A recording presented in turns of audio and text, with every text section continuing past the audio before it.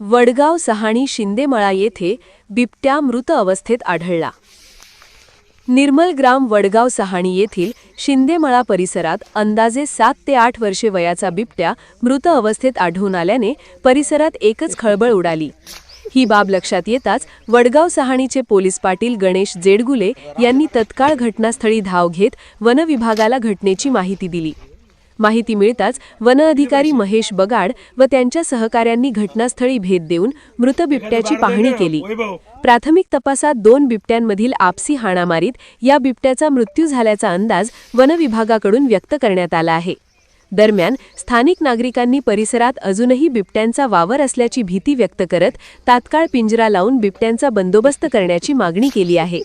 नागरिकांच्या सुरक्षिततेसाठी वन विभागाने योग्य ती खबरदारी घ्यावी अशी अपेक्षा ग्रामस्थांकडून व्यक्त होत आहे।